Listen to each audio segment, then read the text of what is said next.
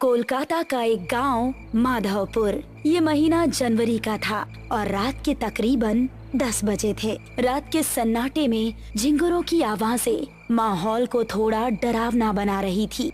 ऐसे में दो लोगों के कदम गांव की तरफ बढ़े जा रहे थे। अरे वाह यार, आज तो मजा ही आ गया। सही कहा तूने, बहुत मस्त नाच किया था उस पतली कमर वाली लड़की ने, नहीं? यार काश वो हमारे गांव में भी होती तो पूरा जंगल पार करके उसका प्रोग्राम देखने दूसरे गांव नहीं जाना पड़ता। अरे यार कदम तेज तेज बढ़ा, मुझे तो ये सोचकर डर लग रहा है कि घर पर क्या बहाना बनाएंगे। अरे हम कुछ ही मिनटों में गांव पहुंच जाएंगे। वो देख, वो कच्चा रास्ता आ गया। उसकी बात सुनकर महेश ने उस कच्चे रास्ते की तरफ देखा जिस तरफ कोई नहीं जाता था।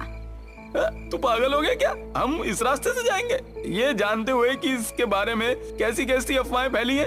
अरे तू भी ना महेश, खुद ही अपने मुंह से कह रहा है कि अफवाह फैली है और फिर डर भी रहा है। मेरी बात मान, इस रास्ते से चलते हैं। 5 मिनट के अंदर हम गांव में होंगे, वरना बड़े रास्ते से जाएंगे तो 1.5 घंटा लग जाएगा। उसकी बात सुनकर महेश ने एक बार फिर से उस कच्चे रास्ते की तरफ देखा। वहाँ पर इस समय मौत का सन्नाटा छाया हुआ था। अरे चल यार, डरता क्यों है, मैं साथ हूँ ना। और उसको लेकर उस कच्चे रास्ते की तरफ बढ़ गया। दोनों अभी कुछ कदम ही चले थे कि उनको किसी के जोर जोर से सांस लेने की भयानक आवाज सुनाई दी।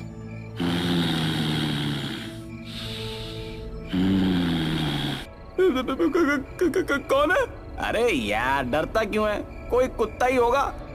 रमेश अभी आगे चला ही जा रहा था कि तभी उस आवाज के साथ उसको किसी के कदमों की भी आहट सुनाई देने लगी। मैंने कहा था ना यहाँ से जाना ठीक नहीं है। अबे तू मुझे भी डरा रहा। देख अंधेरा भी बहुत ज्यादा है, कुछ नजर नहीं आ रहा। अब बस हम दोनों अपने कदम गांव पहुंचकर ही रोकेंगे। तभी महेश की आंखें फटी रह गई। उसको रमेश के ठीक पीछे 2 लाल चमकती आंखें नजर आ रही थी। तेरे पीछे? अबे कौन है मेरे पीछे? रमेश ने जैसे ही पलटकर पीछे देखा, किसी ने उसका पैर पकड़ा और उसको झाड़ियों में खींच कर ले गया। महेश, महेश बचाओ मुझे, महेश। वो बिजली की रफ्तार से रमेश की आंखों से ओझल हो गया। रमेश के डर का कोई ठिकाना नहीं रहा। वो दिल में बस खौफ लिए तेजी से गांव की तरफ दौड़ने लगा और जब तक वो गांव नहीं पहुंच गया उसने अपने कदम नहीं रोके।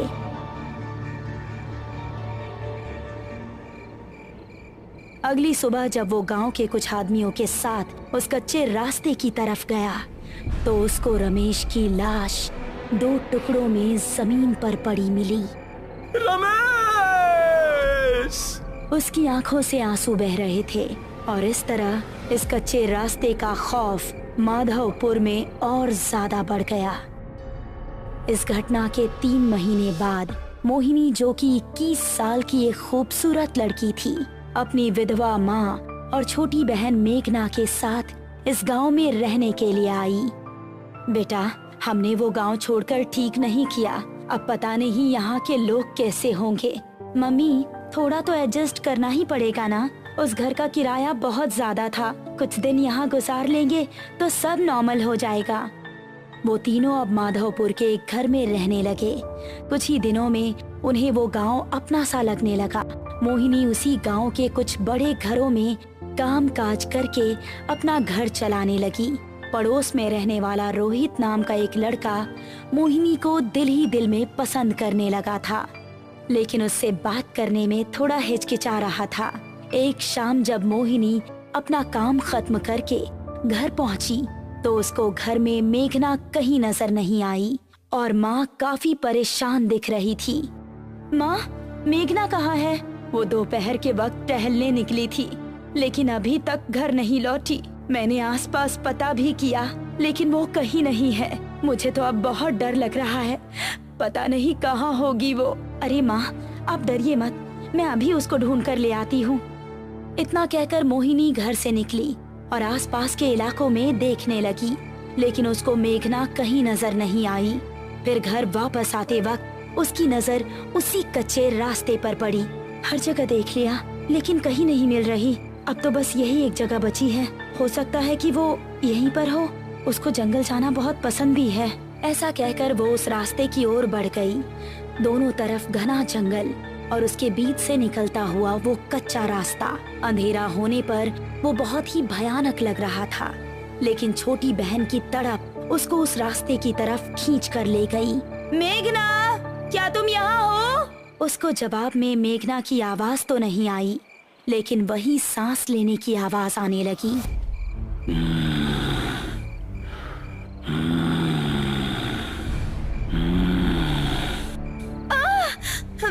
ये किस जानवर की आवाज है? मेघना प्लीज, अगर तुम यहाँ हो तो कोई जवाब दो। अब वो डरती डरती तेज तेज कदम बढ़ाने लगी। तभी उसको महसूस हुआ कि किसी ने पीछे से उसका दुपट्टा पकड़ा है। एक पल को तो उसकी सांसें रुक गई और उसने तेजी से पलटकर पीछे देखा। उसका दुपट्टा घनी झाड़ियों में फंसा हुआ था। हे भगवान, मैं तो डर ही गई थी। उसने झुककर अपना दुपट्टा निकालने की कोशिश की। झाड़ियों में काफी अंधेरा था और कुछ भी साफ नजर नहीं आ रहा था। तभी वो सांस की आवाज और भी तेज होने लगी और झाड़ियों से एक हाथ निकला जिसने उसका पैर पकड़ लिया। कौन है? छोड़ो! वो अब बेहद डर गई थी और अपना पैर छुड़ाकर तेजी से वहां से भाग निकली। उसको लग रहा था कि जैसे कोई उसका पीछा कर रहा हो, लेकिन उसकी हिम्मत नहीं हुई कि वो पीछे मुड़कर देखे। वो घबराती हुई ऐसी भागी कि सीधा वो जाकर अपने घर के अंदर ही रुकी। अरे मोहिनी बेटा, क्या हुआ? इतनी डरी हुई क्यों हो? मोहिनी कुछ बताती इससे पहले ही उसकी नजर मेघना पर पड़ी, जो कि उसी को देख रही थी। मेघना, कहाँ थी तुम? पता है हम कितने परेशान थे। दीदी माफ कीजिएगा, हमारी एक नई दोस्त बनी है, हम उसी के घर पर थे। मोहिनी को मेघना को घर में देखकर थोड़ा सुकून मिला, लेकिन उसके साथ जो हुआ था वो उसके दिमाग में अभी भी घूम रहा था। रात को मोहिनी अपने कमरे में सो रही थी तो उसको वही सांस की आवाज सुनाई देने लगी।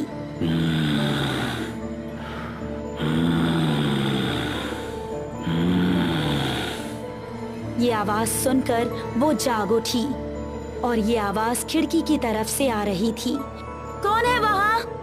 वो कमरे से निकली और घर के बाहर उसी मैदान में गई जो उसके कमरे की खिड़की के पीछे से दिख रहा था। कौन है? कौन हमारा नाम पुकार रहा था? मोहिनी ने गौर किया कि ये आवाज एक पेड़ के पीछे से आ रही है जिसके नीचे बहुत अंधेरा था। वो फिर भी हिम्मत करके उसकी तरफ कदम बढ़ाने लगी।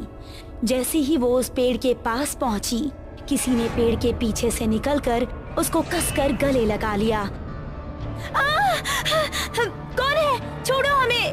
अंधेरे में कुछ नजर नहीं आ रहा था, बस उन सांसों की आवाजें आ रही थी और महसूस हो रहा था कि जिसने भी उसको पकड़ा है उसका शरीर बेहद ठंडा है।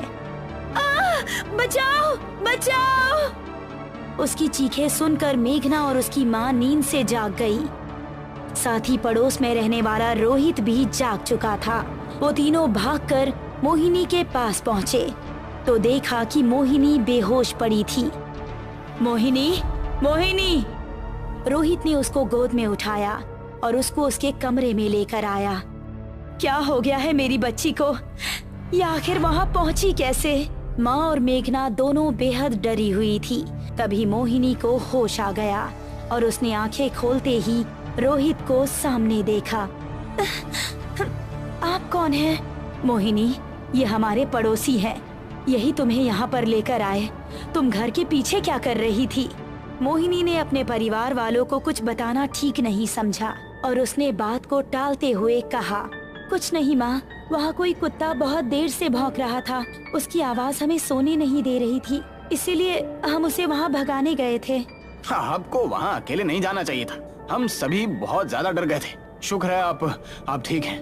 मोहिनी को रोहित की आंखों में अपने लिए फिक्र देखकर बहुत अच्छा लगा। और इसीलिए उसने हल्का सा मुस्कुरा दिया। चलिए मैं चलता हूँ। आपको कोई भी जरूरत हो तो बेझिझक मुझसे मदद ले सकती हैं। आखिर पड़ोसी तो पड़ोसी के काम आता है। ऐसा कहकर रोहित वहाँ से वापस अपने घर चला गया। वो अपने बेड पर लेटा ही था कि उसको वही सांस लेने की भयंकर आवाज सुनाई देने लगी।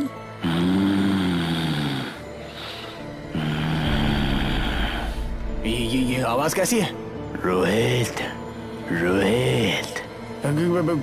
कौन है? रोहित अपने कमरे से निकला तो उसने सुना कि वो आवाज उसके बराबर वाले कमरे से आ रही है। वो कमरे में पहुंचा तो पाया कि वहाँ पर कोई नहीं था, लेकिन वो आवाज आ रही थी। रोहित, रोहित। कौन है? जरा इधर आकर देख, मैं कौन हूँ। आवाज एक अलमारी के अंदर से आ रही थी।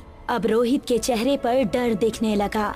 उसने गौर किया कि वो आवाज अलमारी के अंदर से ही आ रही थी। तुम जो भी हो, ये मजाक बिल्कुल अच्छा नहीं है। ऐसा कहकर रोहित गुस्से में अलमारी की ओर बढ़ा। उसने जैसे ही अलमारी का दरवाजा खोला तो उसके चेहरे का गुस्सा खत्म हो गया और आंखों में खौफ उतर आया। तभी एक भयानक लाल हाथ बाहर निकला और अलमारी का दरवाजा बंद हो गया और रोहित के चीखने चिल्लाने की आवाज अलमारी से बाहर आती रही। कुछ देर चीखने चिल्लाने के बाद अचानक से रोहित की आवाज आनी बंद हो गई। तभी धड़ाम से अलमारी का दरवाजा खुला और रोहित की कटी हुई गर्दन अलमारी से बाहर आकर गिरी।